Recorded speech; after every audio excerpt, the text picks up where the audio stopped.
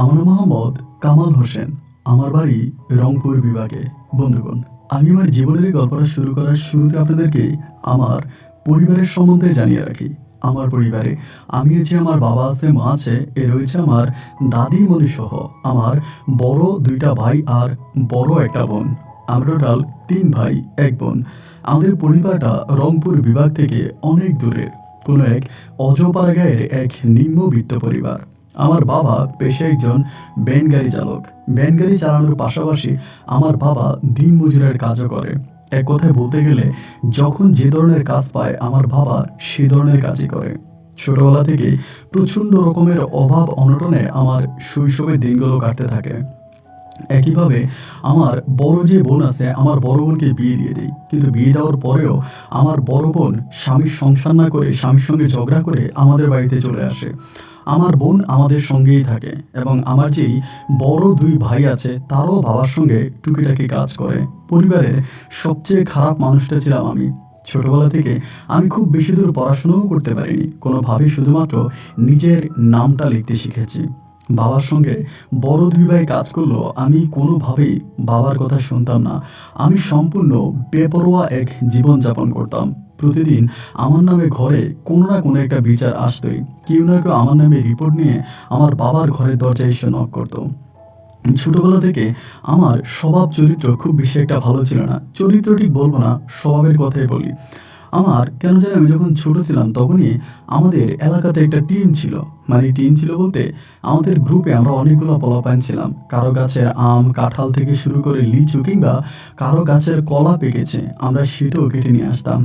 পরিমাণ মতো নিজেরা খেতাম এবং বাকিটা বিভিন্ন দূরের বাজারে নিয়ে বিক্রি করে দিতাম। ছোটবেলা থেকে আমার ওই কিশোর গ্যাংয়ের আমি ছিলাম প্রধান। সবার সঙ্গে আমি একইভাবে এই চুরির কাজে লিপ্ত হতাম এবং এই নিয়ে অনেক ধরনের দরবার মেল আমার বাড়িতে আসছে। একটা সময় দেখা যায় আমার বাবা অতিষ্ঠ হয়ে আমাকে বাড়ি থেকে বের করে দেয়। আমার যে বাকি 2 ভাই আছে এবং বোন আছে তাদেরকে টিকে রাখে, কিন্তু আমাকে আবার সবার সামনে বাড়ি থেকে বের করে দেয়। এবং বের করে দেওয়ার পরে আমি তখনও এলাকার পোলাপানের সঙ্গে মিশে এই চুরি করতাম। এরকম করে সময়গুলো কাটতে কাটতে একটা সময় কোরবানির ঈদ আসে। কোরবানির ঈদের কিছুদিন আগে আমরা একটা গ্রামের মধ্যে চুরির উদ্দেশ্যে যাই, মানে চুরি করার জন্য যাই।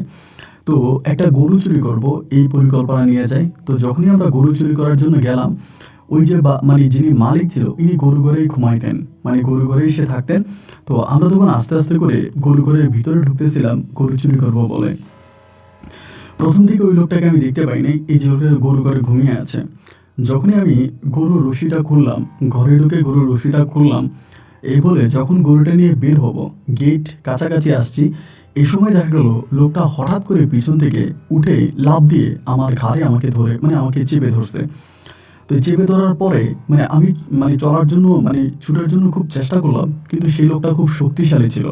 আমি কিন্তু দেখতে শুনতে খুব একটা স্বাস্থ্যবান ছিলাম না, খুবই হ্যাংলা ছিলাম। তার কাছ থেকে চেষ্টা করে আমি ছুটতে পারি নাই, কিন্তু আমার সঙ্গে বাকি যারা ছিল এরা মোটামুটি দৌড়িয়া পালাই গেছে, কিন্তু আমি পালাইতে পারিনি।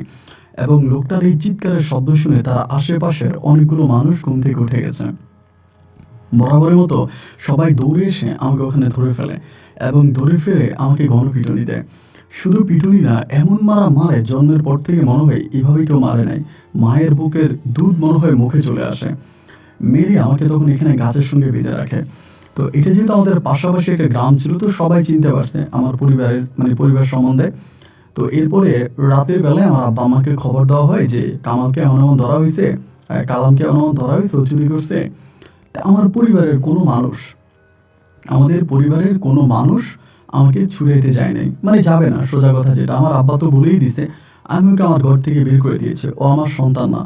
এবং আব্বা তখন সবাইকে একটা কথাই বলছে, যদি আপনারা চুরিতে ধরে থাকেন হয় ওকে পিটায় মেরে ফেলেন, তা নাহলে পুলিশে দিয়ে দেন, আমার কাছে আইসেন না বা এই বিষয়ে আমার কোনো কিছু বললেন না। আমি এই বিষয়ে আপনাদেরকে কোনো রকমের সাহায্য সহযোগিতা বা কোনো কিছু করতে পারবো না। তখনই এই এলাকার লোকেরা মেরে ফেললে তো আরেক ঝামেলা, পুলিশে দিয়ে দিবে, এটা করবে কি করবে না তাই চিন্তা করে তারা তখন এলাকার যে চেয়ারম্যান আছে চেয়ারম্যানের কাছে যায়, আমাদের এলাকার চেয়ারম্যানের কাছে যাওয়ার পরে চেয়ারম্যান তখন বললো, যেহেতু এটা পাশাপাশি গ্রামের ছেলে, তাইলে ওরে আমার বাড়িতে নিয়ে আসো। রাতের বেলায় যে পরিমাণের পিটাইলো আমি ঠিক মতো হাঁটতে পারি না, তারপরেও কষ্ট মষ্ট করে কোনো রকমে আমাকে টেনে হিসড়ে চেয়ারম্যানের বাড়িতে আনা হয়েছে। আনার পরে চেয়ারম্যান তখন আমাকে জিজ্ঞেস করলো যে তুই যে চুরি করতে গেলি তুই তো একা যাস নাই, অবশ্যই তোর সঙ্গে কেউ না কেউ ছিল, তোদের চোরের ওই গ্রুপের মধ্যে কে কে আছে নাম বল। আমি তখন নাম বলতেছি না, এবং নাম না বলাতে আমাকে এই চেয়ারম্যানের উঠানে আবারও গণতলাই দেওয়া হলো, আবারও মারা হলো। এবং মায়ের জ্বালা সহ্য করতে না পেরে আমি তখন আমার টিমের সদস্যদের অকপটে নাম স্বীকার করি, আমার সঙ্গে কারা কারা ছিল এদের সবার নাম বলি।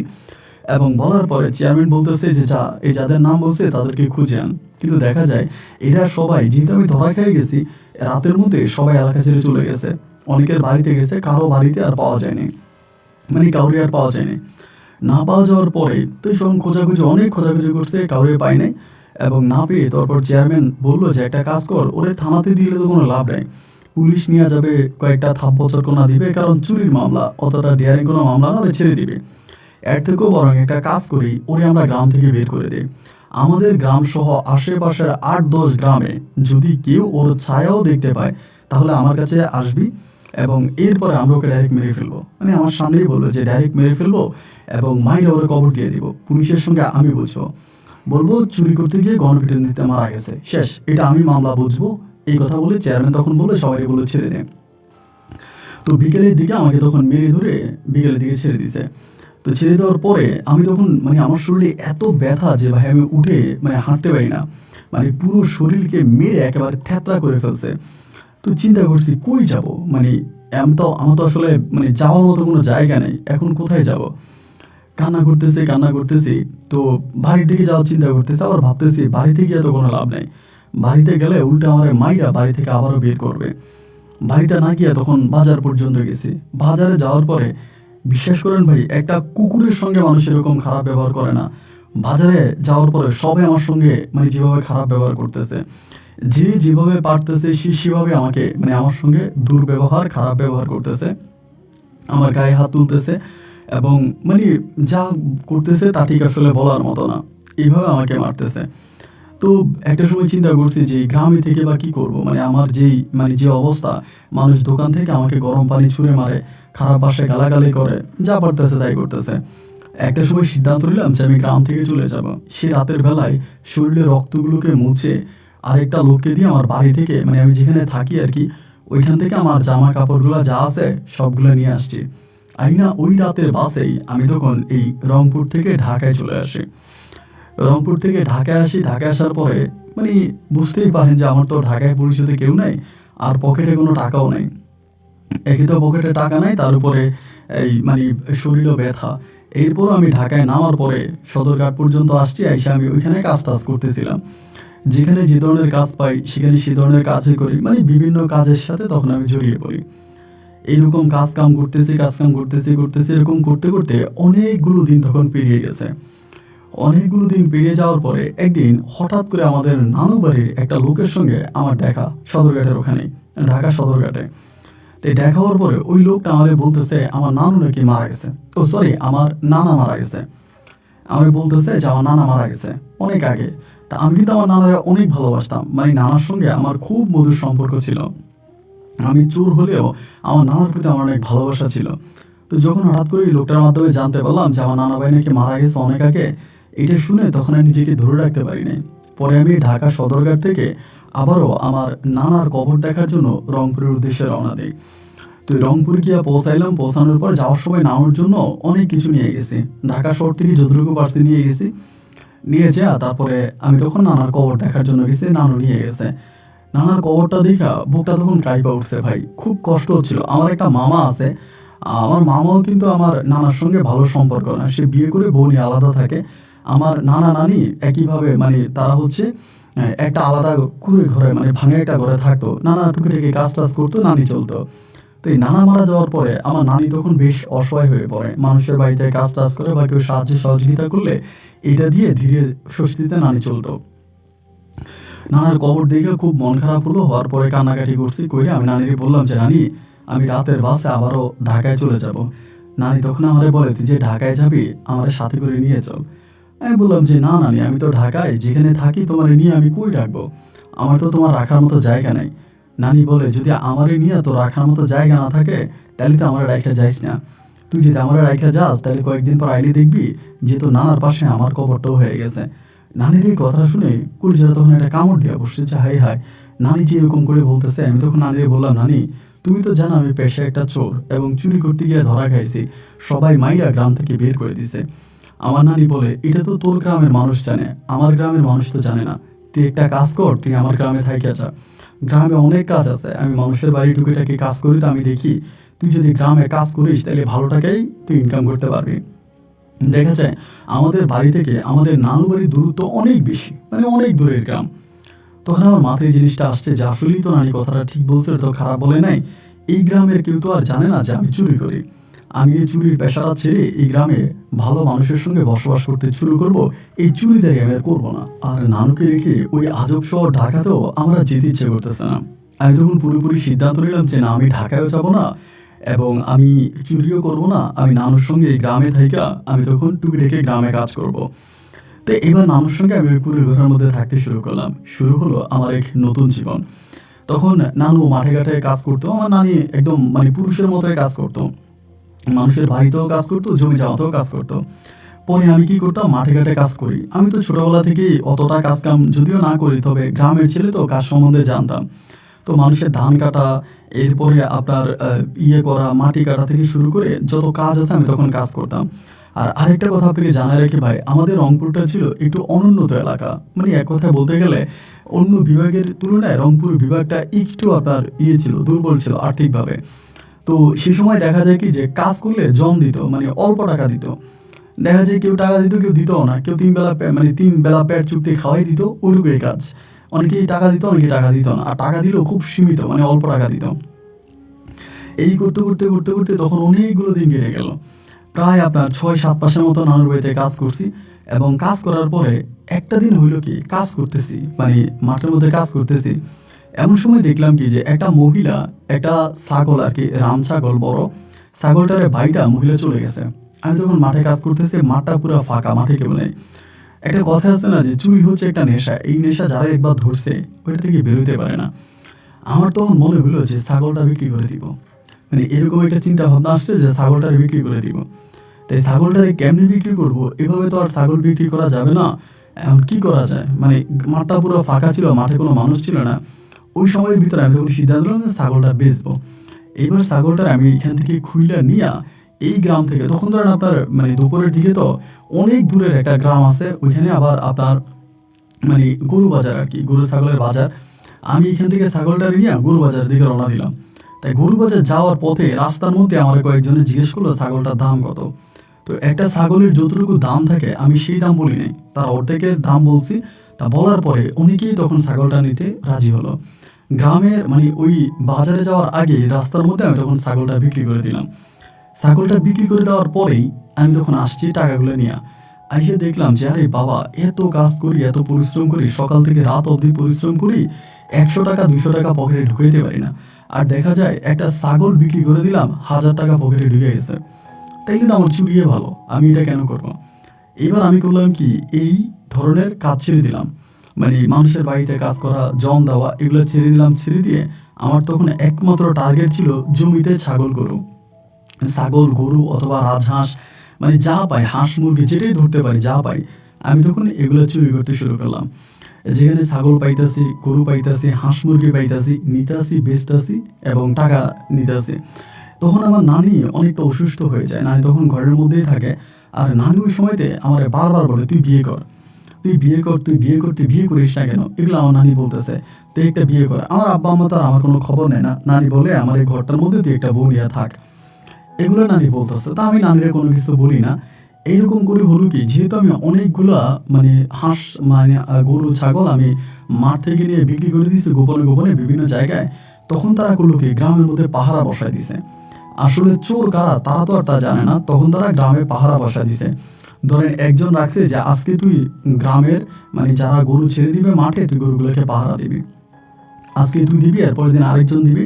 এইরকম তারা পালাক্রমে তখন এই মাঠের গরুগুলোকে পাহারা দিতে শুরু করছে। এবার যখন তারা গরু পাহারা দিতেছে, ছাগল পাহারা দিতেছে, এবার আমি আর মাঠে ঘাটে চুরি করতে পারি না। জায়গায় জায়গায় জায়গায় জায়গায় তখন পাহারাদার বসা। তাই চুরি করতে না পারে আমি তখন সিদ্ধান্ত নিলাম যে না, আমাকে আমার আগের পেশায় ফিরে যেতে হবে। আগের পেশা মানে ওই রাতের চুরিতে। রাতের চুরিও করব, তবে এই গ্রামে করব না, আশেপাশের গ্রামে করব না, অনেক দূরের গ্রামে করব। এইটাই বলে আমি তখন সকালবেলা দাদিকে বলতাম, দাদি আমি বিন গ্রামে কাজে যাচ্ছি, ওইখানে কাজ করবো, রাতে হয়তো ফিরবো বা ফিরবো না।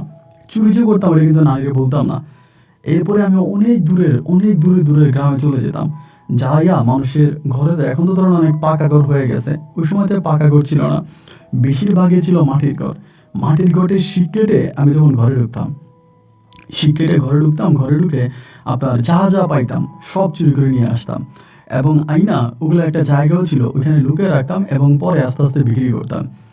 এই কাজটা আমি তখন প্রতিনিয়ত করতেছি। এরকম করে করতে করতে একদিন হইল কি, অনেক দূরের মানে আমার নানুর গ্রাম থেকে অনেক দূরের একটা গ্রামে গেছিলাম চুরি করার জন্য। তাই চুরি করার জন্য গেছি, ওইটা আমি দেখেন রাত তো সন্ধ্যা রাতের দিকে, প্রায় আপনার রাত্র কি 11টার দিকে আমি ঢুকে পড়ছি। আবার গ্রাম এলাকা তো, গ্রামে দেখা যায় কি মানুষ বেশি একটা রাত জাগে না, তারা সকাল সকাল ঘুমিয়ে পড়ে, আবার সকাল সকাল উঠে যায়। তো রাত 11টা বাজে মোটামুটি গ্রাম শান্ত হয়ে গেছে। শান্ত হয়ে যাওয়ার পরে আমি ওই গ্রামে খবর পাইছিলাম যে একটা বাড়িতে এক লোক নাকি ঢাকায় চাকরি করে, সে নাকি বাড়িতে আসছে এবং তার কাছে মোটামুটি টাকা পয়সা আছে, ওরকম একটা খবর পাইছিলাম। এবং সে তার বউর জন্য নাকি গয়নাগাটিও আনছে, এরকম একটা খবর পাইছে। খবর পাইয়া আমি তখন ওই ঘরের মধ্যে চুরির উদ্দেশ্যে ঢুকছি। শীত কেটে ঘরে ঢুকছি, ঘরে ঢোকার পরে দেখলাম কি তারা স্বামী স্ত্রী কেউই ঘরে নেই। শীত কেটে ঘরে ঢুকছি, ঘর দেখলাম পুরা ফাঁকা, এবং ঘরটা ফাঁকা থাকার পরে আমি তখনই মানে তারা সম্ভবত ঘরে তালা মেরে কোথাও চলে গেছে, তারা আজকে ঘরে নেই। খোঁজাখুঁজি করে কিছু টাকা পয়সা পাইলাম এবং একটা স্বর্ণের চেইন পাইলাম, যেটা সবচেয়ে বেশি উপকারী হলো। স্বর্ণের চেইনটা পাইলাম রাত্র তখন 11:30 কি 12টার মতো বেজে গেছে। আমি তখন এখান থেকে আসছি, আসার পরে চিন্তা করলাম যে চুরি তো করলাম, চুরি করে তো বেরোইছি, তা ওরা তো ঘরের মধ্যে অলরেডি তালা মারা, তা তো কেউ খবরও পাবে না, তা আজকে আর চুরি করবো না। মানে শরীরটাও ভালো লাগতেছে না, বা সন্ধ্যা রাতে একটা ভালো দাইন মেরে দিছি, তা আমি আর একটা স্বর্ণের চেইন তো বুঝতেই পারেন অনেক টাকা, তাইলে আমি আর চুরিদারি করবো না, আমি ঘরে ফিরে যাব, আমি চলে যাব। এই চিন্তা ভাবনা করে আমি তখন সেই গ্রাম থেকে বেরোবো, মানে গ্রাম থেকে বেরোবো তখন 12টা 12:30 এরকম টাইমে। তো আমি তো সদর রাস্তা দিয়ে যাব না, যেহেতু আমার পোশাক আশাক অন্যরকম। আমি একটা গ্রামের যে মেঠো পথ আছে, মেঠো পথ দিয়ে হাঁটতে শুরু করলাম, এবং শুরু করে সামনে গিয়ে বড় রাস্তা পাবো, ওখান থেকে কিছু একটা ধরে আমি চলে যাব, বা কিছু না পাইলে হাইটে বাজারে গিয়ে অপেক্ষা করবো, সকাল হলে পরে গাড়ি দিয়ে চলে যাব। এবার এই মানে এই মেঠো পথ দিয়ে যখন হাইটে যাইতেছিলাম, হঠাৎ করে সামনে যাওয়ার পরে একটা বিলের ভিতর থেকে কেমন জানি শব্দ আসতেছে। মানে শব্দ বলতে কি, যে বিলের ভিতরে মনে হয় কি যে একটু মানে কেমন জানি একটা কান্না এরকম একটা মানে কান্নার শব্দ আসতেছে, কথা একটু শব্দ এবং কান্নার সাউন্ড আসতেছে। তো আমি তখন ভয় পেয়ে গেছি একটু, যে এমন তো হতে পারে যে জিন ভূত হতে পারে, কারণ জিনেরা মাঝে মাঝে রাতের বেলায় বিভিন্ন জায়গায় বসে কান্নাকাটি করে বা কান্নার শব্দ আমরা শুনতে পাই। আর আমার ওই সময়টাতে জিনের প্রচলন অনেক ছিল। অনেকেই বলতো যে রাতের বেলায় জিনের এসে কান্না করে, ঘরের দরজায় মানুষকে ঢাকে বের করার জন্য, এরকম অনেক ঘটনা আমি আমার নানির মুখেও শুনেছিলাম। তাই আমি কি করলাম, যে কি ব্যাপার, এখানে আবার চাঁদের আলোও ছিল, কিন্তু বেশ ভালো চাঁদের আলোও ছিল। আমি তখন ভয় না পাইয়া আস্তে আস্তে করে, মানে এটা একটা জঙ্গলের মতো ছিল আর কি, তো এবার জঙ্গলের দিকে, মানে রাস্তার পাশেই, মানে রাস্তা বলতে যে মেঠো পথ আর কি, আপনার চিকন একটা রাস্তা। এবার আস্তে আস্তে করে জঙ্গলের ভিতরে দেখতেছিলাম, এবং জঙ্গলের ভিতরে তখন দেখলাম কি ভাই, একটা মেয়ে বসে আছে ওইখানে। মেয়ে না মহিলা ঠিক একটা বোঝা যায় না, কিন্তু বসে আছে। এবং আমি চিন্তা করলাম কি ব্যাপার, এখানে বসে বসে কান্না করতেছে কেন? তো কান্না করতেছে কেন, আমার ভিতরে না ভাই তখন একটা খারাপ চিন্তা ভাবনা চলে আসছে, যে আমি মেয়েটার সঙ্গে এখানে একটা খারাপই করবো, মানে খারাপই করবো এরকম একটা চিন্তা ভাবনা। যেহেতু আশেপাশে আর বাড়িঘর নাই, মোটামুটি ফাঁকাই বলা চলে, এবং জায়গাটাও একটু নীরব, তা আমি গিয়া তার মুখ চাইবা ধরে তার সঙ্গে একটা খারাপ কাজ করব। এই চিন্তা ভাবনা করে আমি তখন এখানে দাঁড়ায় আছি আর মনস্তাপ করতেছি কেমনে কি করা যায়। এই করে আমি তার সঙ্গে খারাপই করবে এমন পরিকল্পনার ভিতরেই হঠাৎ করে দেখলাম কি যে মেয়েটা দাঁড়ায় গেছে। দাঁড়িয়ে যাওয়ার পরে ওইখানে মেয়েটা যেখানে বসে কান্না করতেছিল, এটা একটা আম গাছ ছিল, অনেক বড় না, ছোট আম গাছ, এবং চারদিকে তার শাখাগুলো ছড়াই আছে। এইবার দেখলাম কি মেয়েটা আম গাছের একটা শাখার মধ্যে আপনার তার হাতে যে একটা রশি ছিল, রশিটা মারতেছে, মানে বুঝে গেল সে ফাঁসি দেওয়ার জন্য প্রস্তুতি নিচ্ছে। এটা দেখেই তো আমি তখন একটু বিব্রত হয়ে গেলাম, কি ব্যাপার, আমি তার সঙ্গে খারাপ কাজ করতে চাইতাম, যে ফাঁসি দিয়ে মরে যেতেছে। এবং একটা সময় দেখলাম সে অনেকবার মানে এরকম রশিটা উপরে মারতে মারতে একটা সময় রশিটা আটকায় গেছে ওইখানে, তখন সে ওখানে ফাঁসির মঞ্চ তৈরি করতেছে। যখন দেখলাম ফাঁসির মঞ্চ তৈরি করতেছে, আমি তখন একটু মানে অবাক হয়ে গেলাম, অবাক এবং ভয়ও পাইছি। দেখলাম যে না, ওই ফাঁসি দিয়ে দিবে। যখনই ফাঁসি দেওয়ার পুরো প্রস্তুতিতে নিয়ে নিছে তখনই আমি গিয়া তার সামনে দাঁড়াইছি। সামনে দাঁড়ানোর পরে সে কোনো ভয় পাই নাই, কোনো চিৎকারও দেয় নাই। স্বাভাবিকভাবে আমার মতো একটা মানুষ হঠাৎ করে রাতের বেলায় তার সামনে আসছে, সে তো চিৎকার দেওয়ার কথা বা ভয় পাওয়ার কথা। ওই কোনো চিৎকারও দেয় না, ভয়ও পায় না, ওই ওর মতো করে ফাঁসির মঞ্চ তৈরি করতেছে। আমি তখন বললাম যে কী ব্যাপার, আপনার কি ভয় লাগে না? আপনার ভিতরে কি কোনো ভয় কাজ করে না? পরে আমারে বলতেছে ভয় লাগবে কেন? আমি বললাম ভয় লাগবে কেন, আমি একটা মানুষ এখানে দাঁড়াই আছি, আপনি আমার সামনে ফাঁসি দিতেছেন, ঘটনা কি, ফাঁসি দিচ্ছেন কেন?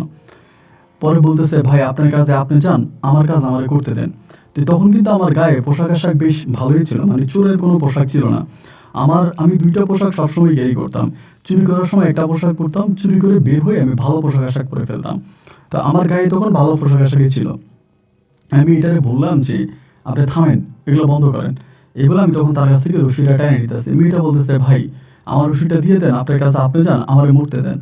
আমি তখন বললাম যে দেখেন এখানে তো চারপাশে কোনো মানুষ নাই, জায়গাটা অনেক নীরব, আপনার কি কোনো ভয় লাগে না যে আপনি এমন একটা জায়গার মধ্যে আসছেন ফাঁসি দেওয়ার জন্য? আমি চাইলেই তো আপনার ক্ষতি করে ফেলতে পারি। মেয়েটা বলে ক্ষতি করবেন? কি ক্ষতি করবেন?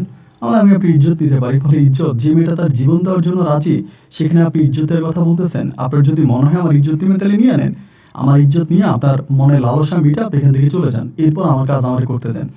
এবং এই কথাটা বলার পরে না ভাই, তখন আমার মানে ভিতরটা একটু মোচড় দিয়ে উঠছে। মানে খারাপ হলেও তো আমি একটা মানুষ, ভিতরে একটা আবেগ তখন জেগে বসলো। আমার বোনটারও তো আমি দেখছি, আমার বড় বোনটার স্বামীর অত্যাচার সহ্য করতে না পেরে আমাদের বাড়িতে চলে আসছে। এবং আমার বড় আপু অনেকবার ফাঁসি দেওয়ার জন্য চেষ্টা করছিল যে ফাঁসি দিয়ে মরে যাবে।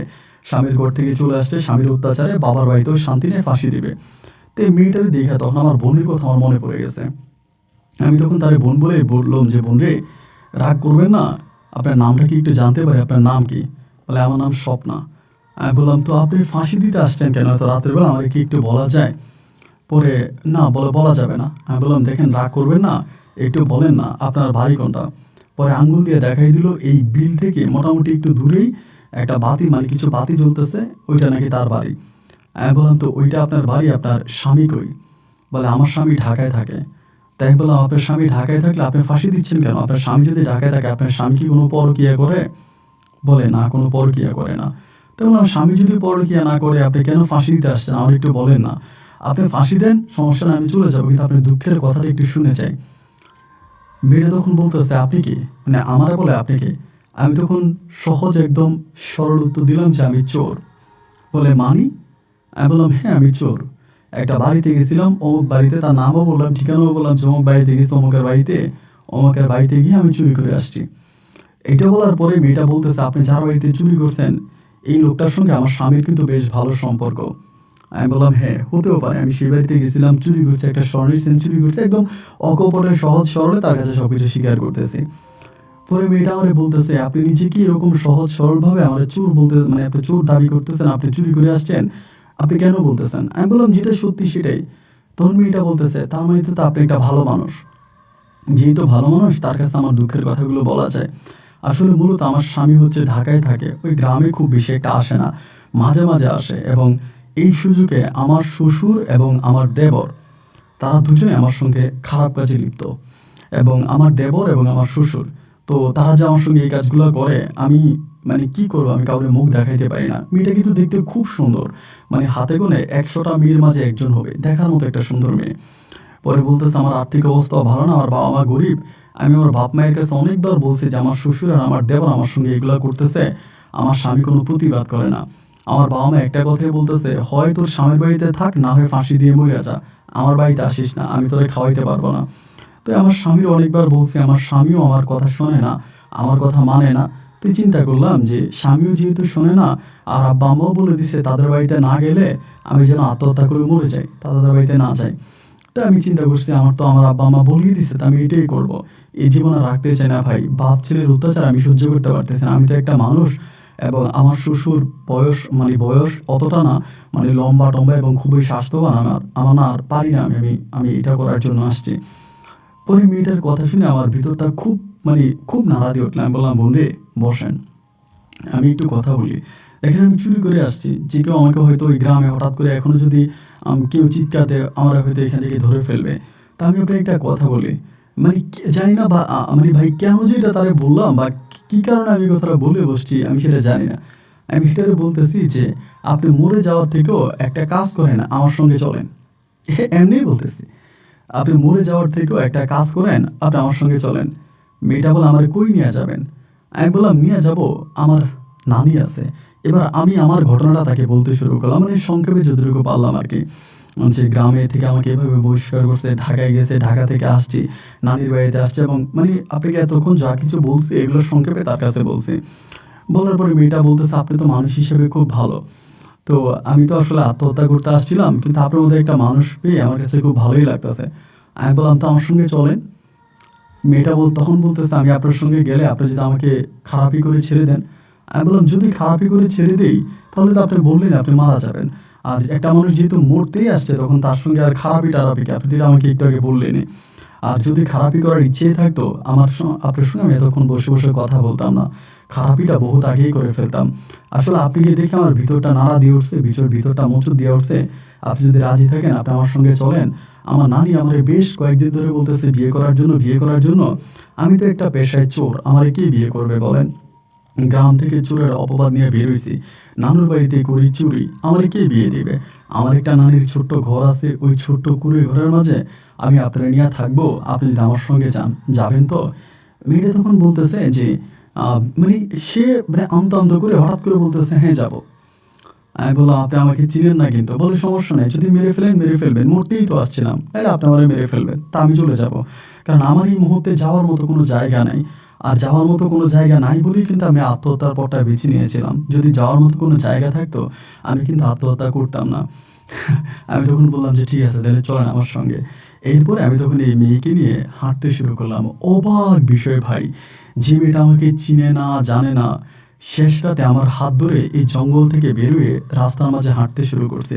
তার ভিতরে খুব সরলতা ছিল, মেয়েটা দেখতে এত সুন্দর ছিল যা আপনাকে বলে বোঝাতে পারবো না। এত সুন্দর একটা মেয়ের কপালে এত কষ্ট আছে তা আমি কখনো কল্পনা করিনি। মেয়েটা নিয়ে হাঁটতে হাঁটতে তখন বিল পার হয়েছি। এই বিলটা পার হইয়া সদর রাস্তায় গিয়ে উঠছি। উঠার পরে মেয়েটা বলতেছে শোনেন, এই রাস্তা দিয়ে যদি আমি এখন আপনার সঙ্গে হাইটে যাই তাহলে দেখা যায় সকাল হলে অনেক মানুষ এখান দিয়ে নামাজ পড়তে যাবে বা তারা দেখবে, এবং দেখলে পরে সমস্যা হবে। একটা কাজ করেন, আমরা সকালে সূর্য ওঠা পর্যন্ত এখানে থাকি, এই জায়গাটা অনেক নিরাপদ। আমি বললাম আপনি কি করে জানেন জায়গাটা নিরাপদ? বলতেছে হ্যাঁ আমি এই জায়গাগুলো চিনি তো, জায়গাটা অনেক নিরাপদ। এদিকে এখন কোনো মানুষ টানুষ আসবে না, যখন সকাল হবে তখন অনেক ভ্যান এদিক দিয়ে যাবে বাজারের দিকে, তা আপনি আর আমি মিলে কোনো একটা ভ্যানে উঠে যাব। তো মেয়েটার গায়েও কিন্তু পোশাক আশাক বেশ ভালো ছিল না, আপনার একটা কাপড় পরা ছিল, কাপড়টাও একটু ছিঁড়া বিড়া টাইপের।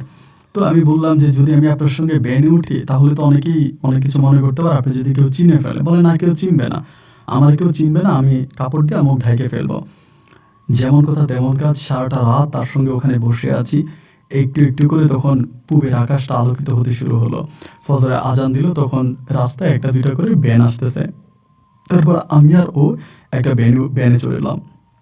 ভ্যানে উঠে রাস্তায় আসছি, এবং রাস্তা আসার পরে সেখান থেকেই সকালবেলা গাড়ি চোখে আমি তখন আমার নানুর বাড়ির উদ্দেশ্যে রওনা দিলাম। এবং একটা সময় নানুর বাড়িতে আসছি। নানুর বাড়িতে আসতে আসতে প্রায় আপনার 7টা সাড়ে 7টার মতো বেজে গেছে। আমার নানি তখন পর্যন্ত কিন্তু হয়তো ঘুমাইতে আছে, মানে জানি না নানির অবস্থা কি। পরে আয়সা নানিরে তখন ডাক দিছি। নানি ফজরের নামাজ পড়ে একটু শোয়, ডাক দেওয়ার পরে নানি তখন উঠছে। ওইটা নানিটা আমার দেখা অবাক, ও মেয়েটার দেখা। মেয়েটাও তখন কাপড় পরা অবস্থায় আছে এবং গায়ে ময়লা টলা এরকম। নানি আমারে বলে কে রে এটা কে? আমি বললাম নানি এটা চুরি করে আনছি।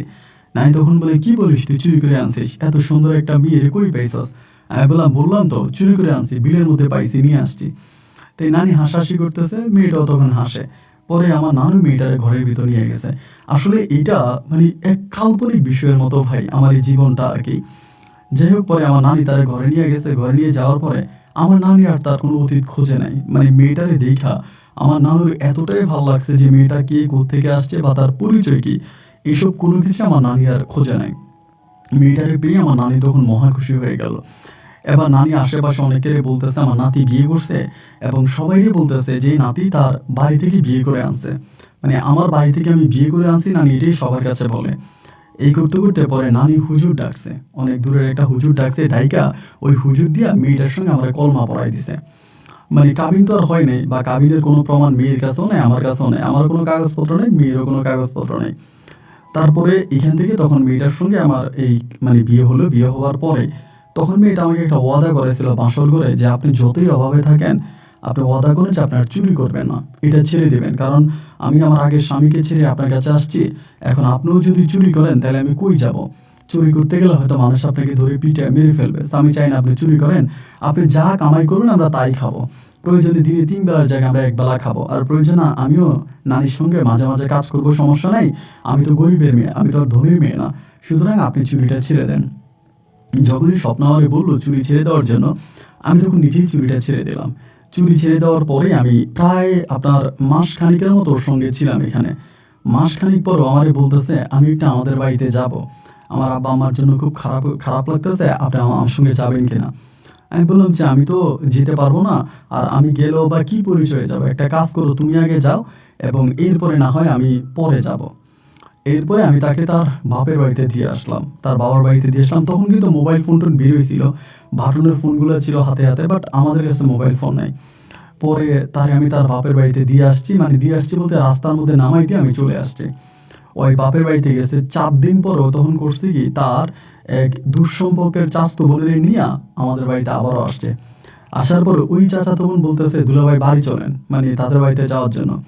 তে আমার নানি বলে সমস্যা নেই, যেহেতু তারা এরকম করেই বলতেছে তাহলে তুই চল। পরে আমি আর নানি মিলে এই প্রথম আমার শ্বশুর বাড়িতে যাই। এটা সত্যি যে আমি শ্বশুর বাড়িতে যাওয়ার পরে আমার শ্বশুর শাশুড়ি যারা বেঁচে ছিল আর কি, এরা সবাই আমাকে অনেক আদর করছে, অনেক ভালোবাসছে, যা আপনাকে বলে বুঝাতে পারবো না। অনেক আদর করছে, অনেক ভালোবাসছে এবং জামাই হিসেবে তারা আমাকে যথেষ্ট মূল্যায়ন করছে। তারা গরিব হতে পারে কিন্তু তাদের মনটা অনেক বড় ছিল, মানে বিশাল মনের অধিকারী ছিল তারা। তাদের বাড়িতে ছিলাম, এরপরে আবার আমি আসি। এইভাবে প্রায় আপনার 4 থেকে 5 মাসের মতো কেটে যায়। এরই মাঝে স্বপ্নার ঘরে কিন্তু কোনো সন্তানাদি হয় নাই। এই 4-5 মাসের ভিতরে হঠাৎ করে স্বপ্না তার বাড়িতে যাইতো আইতো যাইতো আইতো। এই করতে করতে 4-5 মাস পরে স্বপ্নিক দিন আমাকে বলতেছে যে তোমার একটা কথা বলবো, যদি তুমি রাখো, কথা যদি তুমি রাখো। আমি তখন বললাম রাখবো না কেন, তাই বলো কি হয়েছে? পরে বলে আমার একটা খালাতো বোন আছে, খালাতো বোন সৌদি আরব থাকে। আমি বললাম তোমার খালাতো বোন সৌদি আরব থাকে? বলো হ সৌদি আরবে থাকে। এখন আমার খালাতো বোন মানে যে বাসায় থাকে ওই বাসায় নাকি আর একটা কাজের মেয়ে লাগবে। এখন আমার খালাতো বোন বলতেছে আমার ওইখানে চলে যাওয়ার জন্য। আমি গেলে আমার খালাতো বোন চলে আসবে, আমার খালাতো বোন আর সংসার মানে ওইখানে থাকবে না, আমার খালাতো বোন তার স্বামীর সঙ্গে সংসার করবে, তা ওই বাসায় আমার নিয়ে দিবে আর কি, আমার এতে আমার খালাতো বোন চলে আসবে, এটা বলতেছে, তুমি কি বলো? আমি তখন বললাম তখন কিন্তু ভাই বিদেশ খুব মানে আমাদের এলাকাতে বিশেষ করে মানে ধরেন এক গ্রামে 1 থেকে 2 জন বিদেশি আছে, বিদেশি এরকম অ্যাভেলেবেল নাই। এখন যেরকম ঘরে ঘরে বিদেশি, তখন এরকম ঘরে ঘরে বিদেশি ছিল না। আমি তখন বললাম যে তুমি এটা কি বলতেছো, আমাদের কোনো সন্তানাদিও হয় নাই, তাই তুমি কি এখন বিদেশ গেলে আমার কথা মনে রাখবা? ওই আমার বলে কেন রাখবো না, আমি বিদেশ যাব, তোমার জন্য টাকা পাঠাবো, তুমি নানিরে নিয়ে ভালোভাবে থাকবা, আমাদের কোনো অভাব অনটন থাকবে না, তা তুমি কি বলো? আমি তখন বললাম তুমি যদি যাইতে চাও তাহলে তো আমার কোনো আপত্তি নেই, আমার কোনো সমস্যা নেই, তুমি যাইবা তো এটা ভালো কথা, এখন গেলে আমার মনে রাখলেই হয়। ও বলে অবশ্যই মনে রাখবো, তোমার কেন রাখবো না।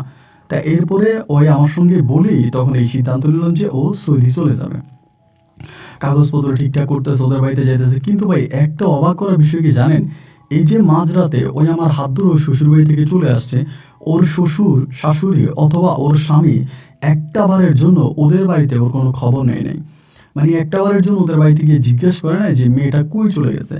এবং ও বহু মাস ধরে ওর স্বামীর সঙ্গে সংসার করছে, অনেক বাচ্চাও কিন্তু ও নষ্ট করছে, ওর স্বামী নষ্ট করাইছে, বাচ্চা নেয় নাই। তো ওরা আসলে মানে এক কথায় বলতে গেলে ওই মানে খারাপ সিদ্ধান্ত নিয়েই কিন্তু মেয়েটার বিয়ে করছে, বিশেষ করে ওর বাবা করাইছে আর কি, ওর শ্বশুরে করাইছে এবং খারাপ সিদ্ধান্ত নিয়েই করাইছে। এবং ওর শ্বশুরে আর কি বলবো ওগুলা, যাই হোক ও ওইদিকে না যায়। এরপর হলো কি ওই আমার সঙ্গে থাকতেছে, তখনও সৌদিতে চলে যাবে, কাগজপত্র প্রায় পাকাপোক্ত হয়ে গেছে, সৌদিতে চলে যাবে। এবং এইভাবে সব কিছু ঠিকঠাক হওয়ার পর একটা সময় তখন সৌদিতে চলে গেছে। তো সৌদি যাওয়ার পরে তখন আবার যাওয়ার আগে আমি একটা মোবাইল ফোন কিনছিলাম, এই মোবাইল ফোন কিনছি বিশেষ করে ওর সঙ্গে কথাবার্তা বলার জন্য। সৌদিতে চলে গেলে তোর সঙ্গে আমার যোগাযোগ হবে না, এবং যোগাযোগ করার জন্য তখন কিন্তু ধরেন ভাই আমি কোনো কাজ কাম করি না, তেমন কোনো কাজ কাম করি না, টুকিটাকি যা পাইতাম তাই করতাম। আর ওই মানে আমার টাকা ঢুকে দিছে কিছু। তারপরে ও তখন সৌদি আরবে চলে গেছে। সৌদি আরবে যাওয়ার পরে আমি তখন ও যেদিন সৌদি আরবে গেছে তার 14 থেকে 15 দিনের মাথা আমার নানি মারা যায়। তাই নানি যে মারা যায়, আমার আব্বা আম্মা কিন্তু আমার আর কোনো খবর নেয়নি। এই যে এত ঘটনা ঘটতেছে, এত কাহিনী হইতেছে, আমার নানি যেদিন মারা গেছে ওই দিন আমার আব্বা আম্মা আসছে, কিন্তু তারা আমার সঙ্গে কোনো কথা বলে নাই। আমার বড় বোন, বড় ভাই সবাই আসছে, কিন্তু কেউ আমার সঙ্গে কোনো কথা বলে নাই। আমি নানির লাশ হচ্ছে কবরে নামাইছি, এবং আমি হচ্ছে মানে মাটি দিচ্ছি, দাফন করছি, কিন্তু কেউই আর মানে আমার সঙ্গে কথাও বলে নাই। আমার ভাই বোন বা যারা আমার আব্বা আম্মা কেউ বলে নাই। তো ওরা আবার চলে গেছে। চলে যাওয়ার পরে আমি তখন এই নানু বাড়ির ওই ঘরের মধ্যে আমার বউ স্বপ্নারে নিয়ে, সরি, আমি তখনই এখানের মধ্যে থাকতেছিলাম। স্বপ্না কিন্তু তখন সৌদিতে চলে গেছে। তো ওই তখন টাকা ঢুকে দিত, আমি তখন চলতাম। এই সময়টাতে দেখা গেল কি, মানে ওই এলাকারই মানে আরেকটা ছেলে আছে, ওর নাম হচ্ছে সোহাগ। এইটা স্বপ্না সৌদিতে চলে যাওয়ার অনেক মাস পরের কথা আমি আপনাকে বলতেছি। মাস বলতে প্রায় বৎসর খানিক পরের কথা বলতেছি। বৎসর খানিক পরে এই এলাকার একটা ছেলে আছে সোহাগ, ওই তখন সৌদি আরবে যাবে। এখানে আপনাকে আমি আরেকটা বিষয় জানিয়ে রাখি, স্বপ্না সৌদিতে যাওয়ার পরে আমি তো তখন কোনো কাজ করতাম না। ওই আমার কোনো কাজ করতে বলেও না। ওই মাসে মাসে টাকা পাঠাইতো, আর ওই টাকা দিয়ে আমি খাইতাম, ঘুরতাম, ফিরতাম, এবং এই করতে করতে আমার ভিতর তখন যেহেতু সময় কাটে না, সময়টা কাটতেছে না, যার কারণে আমি সোহাগ সহ আরও কয়েকজনে মিললা আমরা তখন তাস খেলতাম। তো কোনো টাকা দিয়ে খেলতাম, ওই যে মানে 29 যেটাকে বলে আর কি, এগুলো তখন খেলতাম মাঠের ধারে বসে বসে সময় কাটানোর জন্য। ওই তো তখন বিদেশে আছে, ওই টাকা ঢুকে দিত, আমি যখন চলতাম, এবার আমি তখন তাস খেলি। এই করতে করতে সোহাগ নামের একটা ছেলে তখন ওই সিদ্ধান্ত নিল ও নাকি সৌদি আরবে যাবে। ওই বলতেছে আমি সৌদি আরবে যাবো, এমনি এমনি ওর ভিসা হয়েছে। তাই ভিসা হওয়ার পরে আল্লাহ কি হুকুম, আমার বউ যে এলাকাতে, স্বপ্না যে এলাকাতে, ওই এলাকাতেই ছেলেটা যাবে। এখন সৌদিয়ানের বাসায় ওই এলাকাতেই যাবে। পরে আমারে স্বপ্না বলতেছে তুমি এর কাছে এটা এটা এটা এটা দিও। আমাকে মোটামুটি অনেক লম্বা একটা লিস্ট ধরাই দেয়। আমি তখন এই লিস্ট ছেলেটাকে দিয়ে দিই। মানে এগুলো দিয়ে দেওয়ার পরে এই সোহাগ তখন সৌদিতে চলে যায়। আমি সোহাগ বা আমরা সবাই মিলে কিন্তু এলাকাতে তাস টাস খেলতাম আর কি। সোহাগ চলে যাওয়ার পরে সোহাগ তখন আমার সঙ্গে ফোনে যোগাযোগ করে, কথাবার্তা বলে, আমার বউয়ের কাছে যা যা চাইছে আমার কাছে সব উনি আমার বউরে দিয়ে দেয়। আমার বউ তখন আলহামদুলিল্লাহ ওইখানে ভালোই আছে।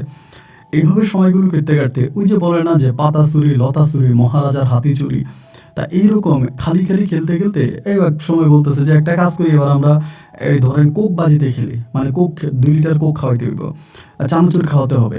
এইরকম করে একটা পর্যায়ে করতে করতে একটা সময় টাকার লেনদেনে চলে আসে, যে টাকা দিয়ে খেলতে হবে, এবার মানে টাকা দিতে হবে। এরকম করে এই তাস খেলার মাঝে তখন একটা অন্যরকম একটা নেশা আমার ভিতর তখন ঢুকে যায়। এবং ঢুকে যাওয়ার পরে দেখা যায় যে আমার বউ যেই টাকা পাঠাইতো তার সমস্ত টাকা আমি তখন জুয়ার পিছনে উড়াই দিতাম। এবং জুয়া খেলতে খেলতে আমি একটা সময় নেশার জগতেও ঢুকে যাই। তখন আর কিন্তু আমি চুরিদারি করি না, জুয়া খেলতে খেলতে একটা সময় আমি নেশাও শুরু করি। বিভিন্ন ধরনের মাদক দ্রব্য সেবন করতাম, এটা সেটা খাইতাম। এবং আমার স্বপ্না যা টাকা পাঠাইতো ওই আমারে বলতো জমি কিনো, এটা করো সেটা করো। আমি বলতাম হ্যাঁ আমি জমি কিনছি, আমি এই করছি, আমি সেই করছি। ও আমার জন্য টাকা পাঠাইতো, ওর পরিবারের জন্য টাকা পাঠাইতো, যদি আমার হাতে দিত, ওর আব্বারে দেওয়ার জন্য, ওর পরিবারের মানুষদেরকে দেওয়ার জন্য আমি তখন দিয়ে আসতাম। আর বাকি টাকা আমি সম্পূর্ণ খরচ করতাম, মানে নিজের মতো খরচ করতাম। কখনোই আমি এই টাকা শুধু জুয়ার পিছনে তার সব টাকা আমি ব্যয় করে দিছি। এইরকম করে সময়গুলো কাটতে কাটতে প্রায় 2 থেকে 4 বছরের মধ্যে কেটে গেছে। সোহাগ 4 বছরের মতো সৌদি আরবে।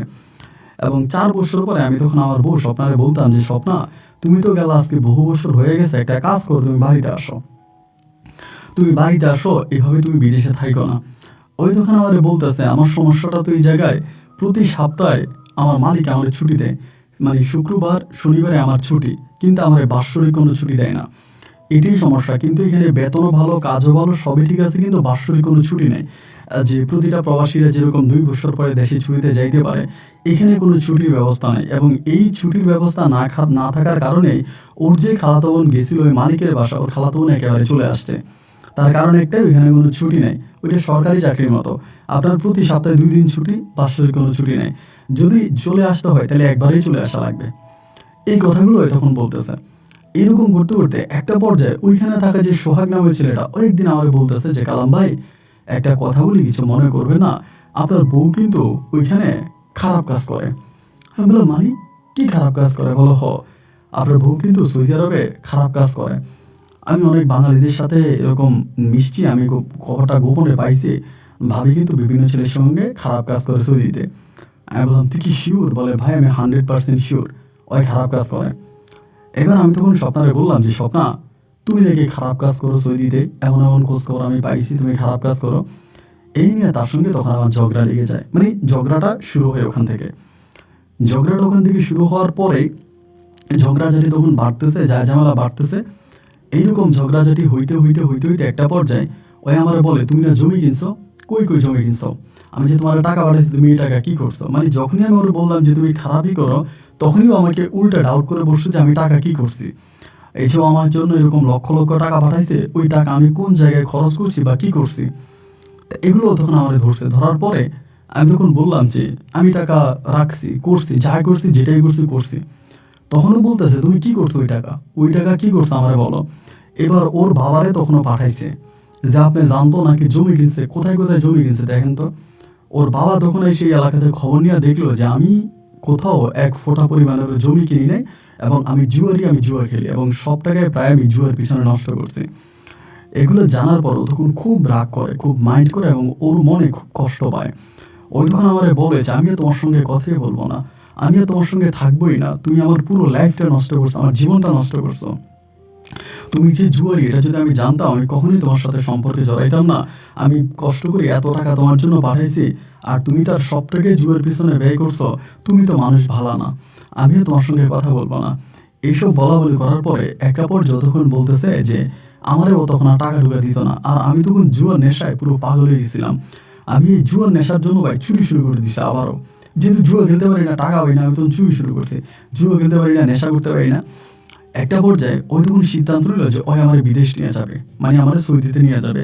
আমার বলতেছে তুমি পাসপোর্ট করো, আমি তোমার দেশে রাখবো না, তুমি সৌদি চলে আসো। ওর কথা মতো, ওর বাধ্য মতো তখন আমি পাসপোর্ট করি, এবং পাসপোর্ট করে পাসপোর্টের কপি আমি সৌদি আরবে পাঠাই। তো ওই কই জানি অনেকগুলো জায়গায় জমা দিছে, কিন্তু আমার ভিসা হয় নাই। তাই ভিসা হইতেছে না। তো তখন আরও আমার কোনো টাকা দেয় না, আমি চলতে পারি না, খুব অভাবে আছি, এতটা অভাব অনটনে আছি আপনাকে বলে বুঝাতে পারবো না। এইভাবে তখন এই যে সোহাগ নামের যে ছেলেটা আছে, যে সৌদি আরবে থাকতো আমার বউয়ের কাছাকাছি, একদিন আমারে বলতেছে, ওর কাছে আমি টাকা দিতাম শুধু, যে সোহাগ আমার কয়টা টাকা দিই, আমি তো জুয়া খেলতে পারি না, নেশা করতে পারি না রে, কতদিন ধরে নেশা করি না, আমার কয়টা টাকা দিই। তো আমার আবার টুকি রেখে টাকা পাঠাইতো, আমার বউ না পাঠাইলেও আমার টাকা দিত। টাকা দিতে দিতে একদিন আমার একটা কথা বলতেছে যে কালাম ভাই, আসলে সত্যি কথা বলতে আপনার বউ আপনার পাসপোর্টটা কোথাও জমা দেয় নাই, এবং আপনার বউ কখনোই আপনার সৌদি আরবে আনবে না, এবং আপনার বউ আর আপনার 1 টাকাও দিবে না। তখন সে সম্পূর্ণ টাকা তার পরিবারকে দিতেছে, তার বাপ ভাইরে দিতেছে, তার পরিবারকে দিতেছে। আপনাকে টাকা দেন এবং সে দিবেও না, আর আপনাকে সৌদি আরবে আনবে না, আপনার জীবনটা এভাবেই শেষ করবে, আর ও কখনো বাংলাদেশে সহজে যাবেও না। আমি তখন বলতেছি তাহলে সোহাগ আমার কি করা উচিত, আমি কি করব। সোহাগ তখন আমার বলতেছে যে ভাই, আমি আপনার একটা বুদ্ধি দিই, আপনি যদি আমার বুদ্ধিটা কাজে লাগান তাহলে আপনি পুরোপুরিভাবে এসব থেকে উঠে যেতে পারবেন, এবং আপনি যদি আমার বুদ্ধিটা শোনেন তাহলে আপনি লক্ষ লক্ষ টাকার মালিক হয়ে যাবেন। আপনার কোনো কিছুর অভাব হবে না, আপনি অনেক টাকা পয়সা পাবেন যদি আপনি আমার কথা শোনেন। আমি তখন বললাম যে কি করতে হবে আমাকে। তখন আমার বলে, প্রথমত আপনার মোবাইলের যে সিম নাম্বারটা আছে ওই সিমটা পরিবর্তন করতে হবে, আপনার একটা নতুন সিম কিনা লাগবে। আমি বললাম তারপর। বলে তারপর আমি ভাবিয়ে যেভাবে পারি বুঝিয়া বলবো যে আমি আপনার ইটালি পাঠাবো। আমাদের কাছে লোক আছে বাংলাদেশ থেকে দুবাই হইয়া ইটালি নিয়ে যায়। আমি ভাবিলে বলবো যে অল্প কিছু টাকা হইলে আমি এই কালাম বাইরে দুবাই হইয়া ইটালি পাঠিয়ে দিতে পারবো। ভাবির কাছ থেকে তখন আমি টাকা নিব। এই টাকা নিয়ে আমি ইটালিতে আপনারা না পাঠায় আমি বাংলাদেশে আপনার জন্য টাকাটা পাঠাবো। এই টাকা দিয়ে আপনি নেশাও করতে পারবেন, জুয়াও খেলতে পারবেন। আমি বললাম বাহ, এই তো বেশ ভালো বুদ্ধি রে। তারপর বলে তারপর আমি আপনারা বলবো বাংলাদেশেও কোথাও লুকিয়ে থাকার জন্য, যাতে আপনারা কেউ না পায়। প্রয়োজন আপনি ঢাকায় চলে গেলেন বা আপনি চিটংয়ে চলে গেলেন, কোথাও না কোথাও চলে যাবেন, গিয়ে ওইখানে একটা ঘর ভাড়া করে থাকবেন। আর আমি ভাবিয়ে বলবো যে আপনার লিবিয়াতে আটকায় রাখছে, আপনার ওইখানে আটকায় রাখছে, টাকা লাগবো। এই বইলা আমি ভাবির কাছে যে টাকাগুলো আছে তার সমস্ত টাকাগুলো নিয়ে আমি আপনাকে দিব। আর ওই টাকাগুলো দিয়া আপনি কোনো ব্যবসা বাণিজ্য করবেন বা আপনি নিজের পায়ে দাঁড়াবেন। ভাবির উপর থেকে আপনার যে আশা, সেই সম্পূর্ণ আশা আপনাকে ছেড়ে দিতে হবে। আমি তখন বললাম সোহাগ, এতে তোর লাভ কি? বলে ভাই, আমি আপনারা পছন্দ করি, আপনার সঙ্গে জুয়া খেলছি, আপনার সঙ্গে ছিলাম, আপনার সঙ্গে একটা ভালো সম্পর্ক, সেই হিসাবে আমি এই কাজটা করবো। আর হ্যাঁ, আপনি যদি মনে করেন আমার কিছু দিবেন তাহলে আপনি আমার কোনো কিছু দিবেন, তবে ভাবির কাছ থেকে জানিব আমি তার সবই আপনি দিয়ে দিব। আর আমি আপনাকে যেভাবে শিখাই দিব আপনি কিন্তু ভাই এভাবেই কাজ করবেন। এর বাইরে কিন্তু কাজ করলে হবে না। আপনি আমার মতে কাজ করলে আপনার টাকার কোনো অভাব হবে না, আপনি সব টাকা পাইবেন। কিন্তু ভাই আপনি আমার পয়েন্টে এসে কাজ করা লাগবে। আমি বললাম ঠিক আছে ভাই, তুমি যেমনি বলো আমি এমনিই কাজ করব, আমি তোমার পয়েন্টের বাইরে যাব না। তো বলে যে ঠিক আছে।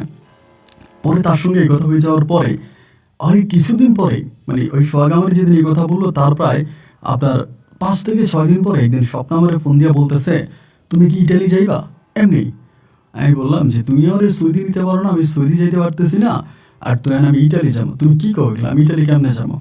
ওই তখন বলে, বৈধভাবে তো তোমার আমি পাঠাইতে পারবো না, বৈধভাবে পাঠানোর তো এত টাকা আমার কাছে নাই, কিন্তু অবৈধভাবে তোমার পাঠানোর মতো একটা রাস্তা পাইছি, এবং রাস্তাটা তোমাদের এলাকার ছেলে সোহাগে খুঁজে বের করছে। এখন আমি চাইতেছি এখানে বেশি টাকা লাগবে না, অল্প কিছু টাকা লাগবে, সেই টাকা দিয়ে তোমার ইটালি পাঠাই দিই। তুমি যদি ইটালি যাইতে পারো এবং ওখানে গিয়ে যদি তোমার কাগজপত্র হয় তাহলে তুমি আমার ইটালিতে নিয়ে যাইও। আমি যেখানে আছি এখানে তো মনে করো আমার অবস্থাটা খুব বেশি একটা ভালো না, দেশেও যেতে পারি না, ছুটিও পাই না, গেলে একেবারে চলে যাওয়া লাগবে।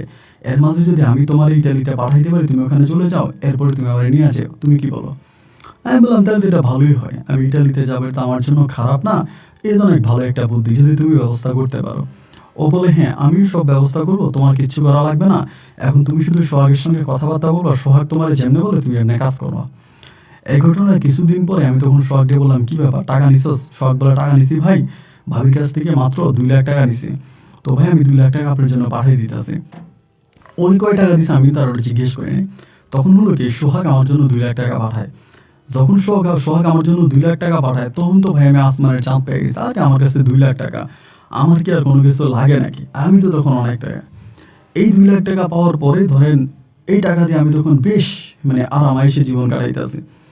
এর ভিতরেই আমার স্বপ্ন ফোন দিয়ে বলে, কালকে তোমার ফ্লাইট, তোমার দুবাই নিয়ে যাইবো, দুবাই থেকে তোমার লিবিয়া নিয়ে যাবো, সেখান থেকে তোমার ইয়েতে নিয়ে যাবে, কি বলে এই তোমার এই ইয়েতে নিয়ে যাবে, এই ইটালিতে নিয়ে যাবে, এবং আমি সব কিছু ব্যবস্থা করছি, সোহাগ যেমনে যেমনে বলে তুমি সামনে সামনে ব্যবস্থা করো। এই ঘটনার 2 দিন পরে সোহাগ আমায় বলতেছে, ভাই আপনি এইভাবে সিমটা পাল্টায় ফেলেন, নতুন একটা সিম নেন, এবং সিম কার্ডটা নিয়ে আপনি এখান থেকে চলে যান, আপনি এখান থেকে চলে যান, চলে গিয়ে আপনি শহরে দিয়ে একটা বাসা ভাড়া করেন। এরপর আমি কি করলাম, রংপুর শহরে একটা ঘর ভাড়া করছি। রংপুর শহরে একটা ঘর ভাড়া করে সে জায়গা থেকে আমি তখন রংপুরে চলে গেছি। রংপুরে আমি যখন গেছি ওই দিনে সোহাগ আমার জন্য আরও 2 লক্ষ টাকা পাঠাইছে। তাইলে আমি 4 লাখ টাকা পাইছি। প্রথমে 2 লাখ, ওই 2 লাখ টাকা কিন্তু শেষ, আমার কাছে বেশি নাই। এরপরে 2 লাখ টাকা আমি তখন আরামাইশে উড়াইতে আছি। আমি কিন্তু নতুন সিম নিয়েছি, আমার বউর সঙ্গে আর কোনো যোগাযোগ নেই, শুধু যোগাযোগ সোহাগের সঙ্গে। সোহাগ কি অবস্থা? সোহাগ বলে, ভাই টাকা নিতেছে, আপনি টেনশন করেন না, টাকা নিতেছে। এই করে কিছুদিনের ভিতরে সোহাগ আমার আরও 1 লাখ টাকা বাড়াইছে। তাই আরও 1 লাখ টাকা বাড়াইছে, আমি তখন ভালোভাবে আছি। তার প্রায় 1.5 মাস পর্যন্ত আমি আমার কার সঙ্গে যোগাযোগ নেই, শুধু সোহাগের সঙ্গে। 1.5 মাস পর একদিন আমার বলতেছে, ভাই আপনার সঙ্গে কথা বলাই দিবা ভাবি রে, কিন্তু আপনি কান্নাকাটি করবেন, আপনি বলবেন আপনারা মারতেছে, আপনারা অত্যাচার করতেছে, আপনার কিডনি খুলে ফেলবে, আপনার চোখ খুলে ফেলবে, আপনার এই লিবিয়াতে আটকায় রাখছি, এগুলো আপনি ভাবিরে বলবেন, বলতে পারবেন? আমি বললাম হ্যাঁ পারবো। ও বলে, যদি বলতে পারেন আমি আপনার জন্য আরও 2 লাখ টাকা পাঠাবো।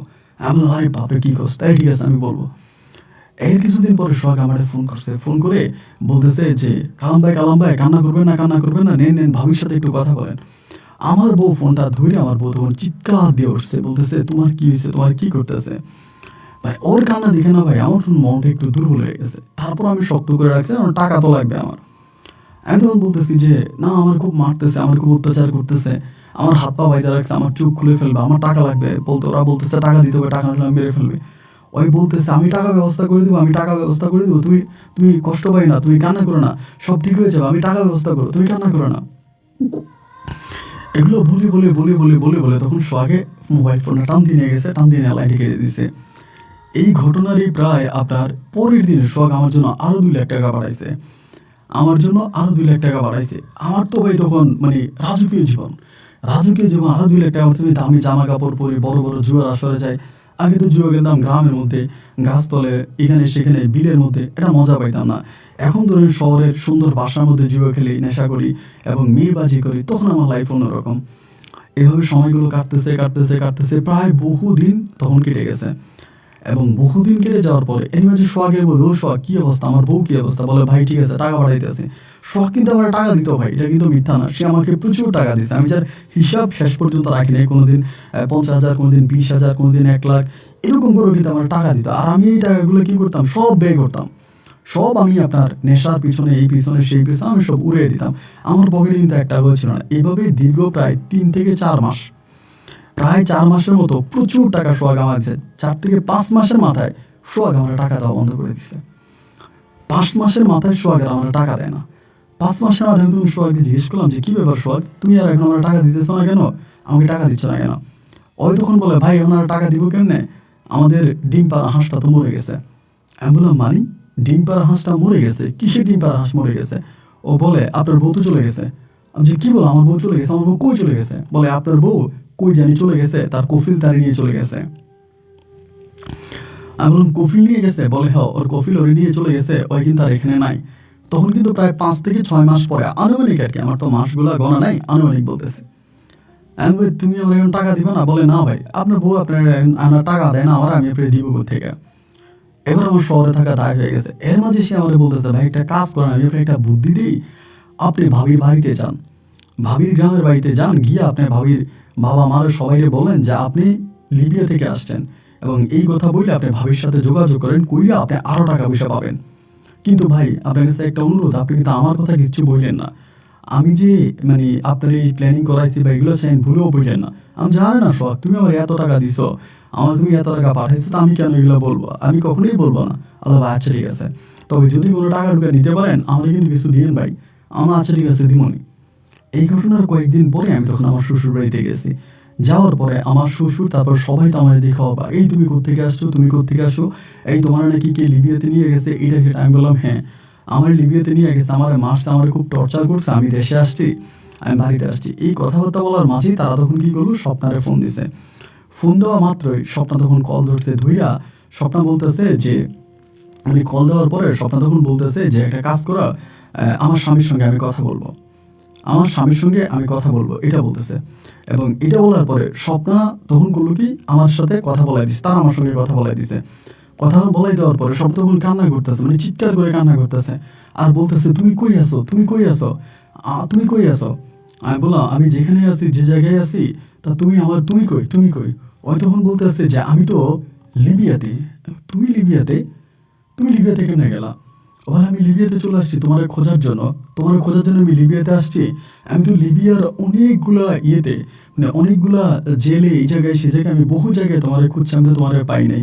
তুমি কই, তোমার তোমার তুমি দেশে গেলা কেমনে? আমি তখন বুদ্ধি খাটায় বললাম যে দেখো আমি তো আর শেষ ওদেরকে টাকা দিতে পারি না, তা ওরা আমার আর ইটালি না পাঠায় আমার দেশে পাঠিয়ে দিচ্ছে লিবিয়া থেকে। বলে আমি তো লিবিয়াতে আসছি তোমার খোঁজার জন্য, দেখো সোহাগ আমার কাছ থেকে অনেক টাকা নিয়ে গেছে, সোহাগ আমার কাছ থেকে অনেক টাকা নিয়ে গেছে, নিয়ে যাওয়ার পরে তারপর সোহাগ আমারে ইয়ে করে নাই, সোহাগ আমারে শেষ পর্যন্ত টাকা নিত কিন্তু তোমার কোনো ঠিকানা দেয় না, তুমি কেছো না আসা আমি বলতে পারি না। আমি তখন নিরুপায় হয়ে আমি আরেকটা দালালকে ধরি, আমি ওই দালালকে ধরে আমি নিজে ইটালি যাওয়ার পথে এই তোমার সৌদি থেকে তখন আমি প্রসেস করে আস্তে আস্তে করে লিবিয়া পর্যন্ত আসি। এখন আমি লিবিয়াতে আছি আর তোমারে খুঁজতেছি, বিভিন্ন দালাল চক্রের মাধ্যমে তোমারে খুঁজতেছি, কিন্তু কোথাও তো তোমার ছবি বা তোমার ঠিকানা এগুলো দেখালে কেউই তোমার ঠিকানা বা কোনো কিছু বলতে পারে না। এখন তুমি যে ওইখানে আসো আমি তোমারে তো পাই না, তুমি বাড়িতে কেমনে গেলা? আমি যে ওরা আমার মাইরাটের আবার বাড়িতে পাঠিয়ে দিছে। ওই তখন আমার বলে আমি এখন কি করবো, আমি কি লিবিয়া থেকে ইটালির দিকে যাব নাকি আমি দেশে চলে আসবো? তবে আমি চাইলে ইটালি যাইতে পারবো, এখানে আমি একটা ভালো সুযোগ পাইছি। আমি বললাম তুমি এখানে গেলা কতদিন হয়েছে? ও অনেক দিন হয়েছে। এদিকে কিন্তু সোহাগ আমার একটা মিথ্যা কথা বলছে, কারণ আরও 2 মাস আগেই কিন্তু স্বপ্নে এখান থেকে চলে গেছে সৌদি থেকে, আরও 2 মাস আগেই নাকি স্বপ্না চলে গেছে লিবিয়াতে, কিন্তু সোহাগ আমারে বলছে কিছুদিন আগে, তো আমার বলে নাই। মানে ওই 3-4 মাসের মতো সোহাগকে টাকা দিছে, কিন্তু দেখে যে সোহাগ যেহেতু কোনো কিছু করতে পারে না, হয়তো নিজের উদ্যোগে সোহাগকে না বললে কোন কোন দালাল ধরে তখন এই লিবিয়াতে আসছে আমার খোঁজার জন্য। এবং লিবিয়াতে আইসে কিন্তু ও কোনো দালালের খপ্পরে পড়ে নাই, যেভাবে আসছে লিবিয়াতে আসার পর দালাল ধরে ছাড়িয়ে দিছে এবং সেখানে ওর বাপ মায়ের সাথে যোগাযোগ করতে পারতেছে। এইবার ওর কাছে টাকা ছিল, তারপর ওর কাছে টাকা ছিল মোটামুটি। এইখানে থাকার পরও তখন বলে তাই আমি গেম দিব, আমি গেম দিয়ে লিবিয়াতে থেকে ইটালিতে চলে যাব এবং ইটালি গেলে পরে আমি তোমার সঙ্গে কথা বলবো, তুমি আমার জন্য দোয়া করো। আমি তখন বুঝতে পারতেছিলাম না যে আমি কি করব, মানে আমার মাথায় কোনো কিছু আসতেছে না। এবং আমি তখন সোহাগের সঙ্গে যোগাযোগ করে সোহাগকে বললাম আরে তোর ভাবি তো লিবিয়াতে আছে, তোর ভাবি তো লিবিয়া থেকে ইতালিতে চলে যাবে বলতেছে। সোহাগ আমার বলে ভাই ভাবির ইতালি পাঠায় না, ভাবির দেশে নিয়ে আসেন, ভাবির ইতালি পাঠায় না, ভাবিরে হারাইবেন। আমি বললাম ধুর বেটা, ও যদি ইতালিতে যাইতে পারে ওর প্রসেস করে ও যাক, আমি ওরে কেন দেশে নিয়ে আসবো, আমার তো ওরে দেশে নিয়ে আসার দরকার নেই, ও চলে যাক। তখন আমি সোহাগের অবাধ্য হয়ে গেলাম। সোহাগের অবাধ্য হয়ে যাওয়ার পরে কিছুদিন পরে ওর বাপে কিন্তু আবার কিছু জমি জমা কিনছে বাড়িতে, মানে স্বপ্নার বাবা জমি জামা কিনছে, সেই জমি জামাগুলো বিক্রি করে স্বপ্নার জন্য লিবিয়াতে টাকা পাঠাইছে। কিছুদিন পরে স্বপ্না তখন প্রসেস করে এই লিবিয়া থেকে স্বপ্না তখন গেম দিয়ে ইটালি চলে যায়, এবং ইটালি যাওয়ার পরে ওই ইটালিতে প্রায় মাসখানিক থাকে বা যেমনি টাইমে হোক থাইকে আমাদের সঙ্গে যোগাযোগ করে। ইটালিতে গিয়ে আমাদের সঙ্গে যোগাযোগ করে, আমাদের সঙ্গে কথা বলে, এবং ওই বলতেছে ও ইটালিতে আসছে, এখন ভালো অবস্থানে আছে, এটা সেটা। তাই এরকম করতে করতে করতে করতে প্রায় অনেকগুলো দিন এখানে অতিবাহিত হয়ে গেছে। অতিবাহিত হয়ে যাওয়ার পরেই এই দিনগুলো রাতগুলো কাটতেছে। আমি তখন নেশা করতাম, এটা করতাম সেটা করতাম। এই করতে করতে আমি আসলে ঠিক জানি না যে আমার মুখ থেকে কথাগুলো বের হইলো নাকি সোহাগে কোনো না কোনোভাবে আমার বউকে বলে দিছে। মানে আমি এটা জানি না। তখন আমি বাড়িতে আছি, আমার বউ আমার টাকা দিত, আমি টাকা দিয়ে চলতাম, ফিরতাম, ঘুরতাম, খাইতাম নিজের মতো করে। এই করতে করতে বহুদিন কেটে যাওয়ার পরে একদিন আমার বউ স্বপ্ন আমার জিজ্ঞেস করে, আচ্ছা কালাম, তোমার একটা কথা জিজ্ঞেস করে তুমি সত্যিকার উত্তর দিবা। তাই আমি বললাম যে হ্যাঁ বলো, সত্যিকার উত্তর দিব কি? ওই আমার বলে, তুমি কি লিবিয়াতে আসলেই গিয়েছিলা? তোমার কি তারা লিবিয়াতে নিয়ে গেছে? আমি তখন কোনো কথা বলি না। ও বলে, বলো না, তুমি কি লিবিয়াতে গেছিলা? তোমার কি লিবিয়াতে কেউ নিয়ে গেছে? আমি তখন পুরো চুপ করে আছি। ও বলে, সত্যি কথা বলো। আমি বললাম, আসলে কি বলবো, সত্যি কথা কি বলবো? ও বলে, তুমি এখনো নেশা করো, তুমি এখনো জুয়া খেলো, আমার আব্বার কাছ থেকে তুমি জোর করে টাকা নিয়ে যাও, তুমি নেশা করো, জুয়া খেলো, এগুলো তুমি করতেছ। আমি সত্যিটা তোমার মুখ থেকেই শুনতে চাই। যে যা বলছে আমি তার কোনো কথাই কানে আনতে চাই না, কোনো কথাই বিশ্বাস করতে চাই না। শুধু তুমি যেটা বলবা আমি তোমার কথাই বিশ্বাস করব। তুমি আমাকে বলো তো, আসলেই কি তুমি লিবিয়াতে গিয়েছিলা? আমি তখন তার কাছে সত্যতা স্বীকার করি যে না, আমি লিবিয়াতে যাই নাই। ও বলে, তাহলে তুমি কোথায় ছিলা? আমি বললাম, আমি রংপুর শহরে ছিলাম। ও বলে, আমি যে তোমার সঙ্গে কথা বলে তোমার কাছে চিৎকার করে কেঁদে কেঁদে বলছিলাম যে কালাম তুমি কোথায় আছো, তুমি যে আমার বললা তোমার মেরে ফেলতেছে, তোমার চোখ উঠাই ফেলতেছে, তোমাকে আক্রমণ করতেছে, এগুলো যে তুমি আমার বললা, এগুলো তুমি কি রংপুর শহরে বসে বলছিলা? আমি বললাম, হ্যাঁ, আমি তোমাকে এই কথাগুলো রংপুর শহরে বসে বলছিলাম, ঠিক যেমন করে সোহাগ আমাকে শিখাই দিছে। ও তখন বলে, সোহাগ তোমার কি কি শিখাই দিছে? আমি বললাম, সোহাগ আমার এগুলো এগুলো বলছে যে তুমি নাকি সুদিতে খারাপ কাজ করো, এগুলো এগুলো বলছে, এবং আমার একটা সময় টাকা দেওয়া বন্ধ করে দিছো। আমি তখন চলতে পারি না, খেতে পারি না, আমি বেশ অভাবে পড়ে গেছিলাম। তখন সোহাগ আমাকে টাকা দিত। টাকা দেওয়ার পর সোহাগ আমার এমনি এমনি বলছে যে তুমি নাকি আর কখনোই দেশে আসবা না, এবং তুমি যেখানে গেছো তুমি সেখানেই থাকবা। এগুলো সোহাগ আমাকে বলছে, এবং সোহাগ এগুলো বলার পরে আমি তখন এগুলো করছি, এবং সোহাগ আমার যেভাবে শিখিয়ে দিচ্ছে আমি সোহাগের শিখানো অনুসারে আমি তখন কাজ করছি। ও তখন বলে, তুমি কি সত্যি এগুলো করছো? আমি বললাম, হ্যাঁ, আমি তো এগুলো করছি, সোহাগ যা যা বলছে আমি তাই করছি। ও তখন কান্না করতে করতে বলে যে তুমি জানো সোহাগ আমার সঙ্গে কি করছে? আমি বললাম, কি করছে? ও বলে, তুমি সুন্দর, সোহাগ আমার কাছ থেকে কয় টাকা নিয়ে গেছে? আমি বললাম, কয় টাকা? ও বলে, টাকাটা বড় কথা না, সোহাগ আমার কি করছে জানো? আমি বললাম, কি করছে বলো না। ও বলে, তুমি যখন লিবিয়াতে গিয়ে আটকায় গেছো, সোহাগ আমারে বলতেছে, ভাবি এখন বহু টাকা লাগবে, কালাম ভাইয়ের ওখান থেকে ছুটে যেতে হলে প্রায় 30-40 লক্ষ টাকার মতো লাগবে। এত টাকা ভাবি কই পাবো? এত টাকা যদি না হয় তাহলে লিবিয়াতে কালাম ভাইয়ের মাইরে ফেলাইব, কালাম ভাইয়ের মাইরে ফেলবে। আমি বললাম, তারপর? ও বলে, তারপরে এই কালাম আমারে বলতেছে, ভাবি টাকা পাওয়ার একটাই লাইন আছে, যদি আপনি কিছু না মনে করেন আমি আপনার কাছে খোলাখুলি করে বলতে পারি। আমি বললাম, তারপর? আমার বউ বলে, আমি কালামকে বললাম যে কালাম, সোহাগকে বললাম যে সোহাগ, আমার জামাইরে তো আমার বাঁচাইতে হবে, আমার জামাইরে বাঁচাইতে হবে, আর আমার জামাইকে বাঁচানোর জন্য যা করা দরকার আমি তাই করবো, তুমি বলো টাকা কোথায় পাবো? তখন এই সোহাগ আমারে বললো, ভাবি আমি আপনার বিভিন্ন জায়গায় পাঠাবো, বড় বড় শেখদের কাছে পাঠাবো, যারা এখানে ব্যবসা করতে আসে, ইউরোপিয়ান সহ বিভিন্ন জায়গায়। আপনি সেখানে যাবেন, রাত যাপন করবেন, এবং করলে পরে সেখান থেকে আপনি টাকা পাবেন। সেই টাকা আবার আমি নিয়েই আপনার হাতে দিব, আপনি আমার দিয়ে আমি ওই টাকা কালাম ভাইয়ের জন্য বা লিবিয়াতে পাঠাবো কালাম ভাইয়ের উদ্ধার করার জন্য। এভাবে সোহাগ নিজেও আমাকে অনেকবার ইউজ করছে, সে নিজেও ইউজ করছে, এবং তারপরে আমার বিভিন্ন জায়গায়ও পাঠাইতো। রাতের বেলায় ডিউটি শেষ করার পরেও আমার জন্য কাপড় কিনতো, বিভিন্ন ধরনের নোংরা কাপড়গুলো কিনে কখনো বারে, কখনো কোনো বয়স্ক লোকের কাছে, কখনো কোনো ইউরোপিয়ানদের কাছে, কখনো আমেরিকানদের কাছে, বিভিন্ন জায়গায়ও আমাকে নিয়ে যাইত। এবং আমি ওদের সঙ্গে থাকতাম। থাকার পর যে টাকা দিত আমারে, সেই সমস্ত টাকাই সোহাগ নিয়ে যাইত তোমাকে পাঠাবে বলে। এভাবে দিনের পর দিন, রাতের পর রাত সোহাগ আমার কাছ থেকে লক্ষ লক্ষ লক্ষ টাকা আমাকে ব্যবহার করেও নিয়ে গেছে। এর এক টাকাও ও আমাকে দেয় নাই, বা এই সব টাকা নাকি তোমাকে দিত। তা আমি দেখতেছি ও নিজেও আমাকে ইউজ করে এবং বিভিন্ন খারাপ লোকের কাছে আমাকে পাঠায়, সেখান থেকে ও টাকা নিয়ে যায়, কিন্তু মূলত এই টাকাও কী করে আমি জানি না। আর আদৌ আমি তোমার কাছে যেতে পারবো কিনা সেটাও আমি জানি না। আমি তারপর নিরুপায় হয়ে একেবারে সব কিছু হারিয়ে আমি তখন এই জীবন মরণের একসাথ করে আমি অন্য একটা দালালের সঙ্গে কথা বলি। সেই দালালটাও আমাকে ভোগ করে আমাকে তখন এই ইতালিতে নেবে বলে সে আমাকে লিবিয়া পর্যন্ত আনে। ভালোভাবে সে আমাকে লিবিয়াতে আনে এবং লিবিয়াতে আনার পর আমি সেখানে বিভিন্ন ক্যাম্পে তোমাকে খুঁজছি, অনেক জায়গায় অনেক লোকদের কাছে তোমাকে খুঁজেছি, কত অচেনা লোকের সঙ্গে রাত কাটিয়েছি তার কোনো হিসাব নাই। শুধু একটাই চিন্তা ছিল, আমি নিজেকে বিক্রি করে হলেও আমার স্বামীর জীবন বাঁচাবো। কিন্তু আমি বুঝতে পারি নাই এই স্বামী যে আমার সাথে অভিনয় করেছে। আমি বুঝতে পারি নাই এই স্বামী যে আমার সঙ্গে বেইমানি করেছে। তুমি যে আমার সঙ্গে এত বড় বেইমানি করেছে আমি বুঝতে পারিনি। সোহাগ তো পর ছিল, ওই সুযোগ নিয়েছে, কিন্তু সেই সুযোগটা তুমি দিয়েছো। সোহাগ তোমার সঙ্গে আগেই পরিকল্পনা করছে, তোমার আগেই বলছে, কিন্তু তুমি আমাকে জানাও নাই।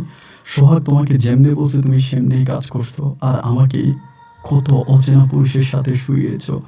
আমার রক্ত ভেজা টাকা সোহাগ নিয়ে গেছে, তুমি নিয়ে গেছো, তুমি শান্তি পেয়েছো। আমি বলছি দেখো স্বপ্ন, তুমি আমাকে মাফ করে দাও। আমি আমি আমি সিরিয়াসলি ভুল করে ফেলেছি, আমার এগুলো করা ঠিক হয়নি। ও তখন বলে তুমি ভালো থাকো, তুমি ভালো থাকো, এটা বলে তখন ফোনটা কেটে দেয়। কেটে দিয়ে সঙ্গে সঙ্গে আমার সঙ্গে সমস্ত কিছু থেকেও যোগাযোগ বিচ্ছিন্ন করে দেয়। রাত পেরিয়ে যখন সকাল, ওর বাবা তখন ডিরেক্টলি আমাকে বলে তুমি আমার ঘর থেকে বেরিয়ে যাও। আমি বললাম আমি কই যাব?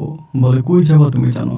স্বপ্নার সঙ্গে তোমার বিয়ে হয়েছে, তোমাদের কোনো কাবিনও হয় নাই, কোনো কাগজপত্রও হয় নাই। স্বপ্ন আমাকে বলছে তোমাকে ঘর থেকে বের করে দেওয়ার জন্য। ওর বাবা তখন আমাকে ঘর থেকে বের করে দেয়। আমি তখন ঘর থেকে বেরিয়ে যাই। অচেনা অজানা, আমার পকেটে তখন 2 টাকাও নাই। রাস্তায় ঘুরে কোনো টাকা পয়সা নাই। শেষ পর্যন্ত রংপুর শহরে চলে আসি। স্বপ্নের সঙ্গে আর কোনো যোগাযোগ হয় নাই। মোবাইল ফোনটা হাতে নিয়ে বসে থাকতাম, আমাকে সব কিছু থেকে ব্লক করে দেয়, ওর নাম্বারটাও চেঞ্জ করে ফেলে। আমি আর কোনোভাবে ওর সাথে যোগাযোগ করতে পারি নাই। একটা পর্যায়ে রংপুরে আমি রিক্সা চালাতে শুরু করি। রিক্সা চালাইতে একটা পর্যায়ে আমি তখন অটো চালাই, এবং অটো চালিয়ে ওখান থেকে কিছু টাকা, অটো বলতে সিএনজি চালাই, সিএনজি চালিয়ে কিছু টাকা ইনকাম করি। সে থেকে আমি তখন ঢাকায় চলে আসি। আজকে বহু বছর ধরে আমি ঢাকাতে আছি এবং পেশায় একজন সিএনজি চালক। যে টাকা আমি পাই তার সমস্ত টাকাই আমি নেশার পেছনে উড়িয়ে দিই। আর শুধু একটা বার প্রার্থনা করি যদি আমার বউ স্বপ্ন আমার কাছে ফিরে আসে। স্বপ্নকে ফিরে পাওয়ার জন্য আমি এখনো বেকুল হয়ে আছি। আমার সমস্ত অপকর্মের জন্য আমি আপনার কাছে সহ সমস্ত দেশবাসী তথা স্বপ্নার কাছে ক্ষমা চাই। যদি আমাকে মাফ করে দিয়ে স্বপ্ন আমার কাছে ফিরে আসে আমি ভালো হয়ে যাব। এই নেশার জগৎ আর জুয়া আমার জীবনটা নষ্ট করেছে, আর জুয়া আর নেশার জগৎ থেকে আমি ফিরে আসবো, আমি একটা সুন্দর জীবন করবো যদি স্বপ্ন আমার সঙ্গে একটা বার যোগাযোগ করে। আমি জানি না আমার স্বপ্ন কোথায় আছে, কার সাথে আছে, কিভাবে আছে, তবে সব কিছুর জন্য আমি ক্ষমা চেয়ে স্বপ্নার সঙ্গে থাকতে চাই। এটাই আমার চাওয়া। আমি একজন গরিব মানুষ, খুব কষ্ট করে, শিক্ষিত না, আমি একজন অশিক্ষিত মানুষ। একজন মোবাইল দোকানদারকে দিয়ে আপনাকে সমস্ত কথাগুলো লিখে পাঠালাম। যদি পারেন আপনি আমার সঙ্গে যোগাযোগ করবেন। আপনি ভালো থাকবেন।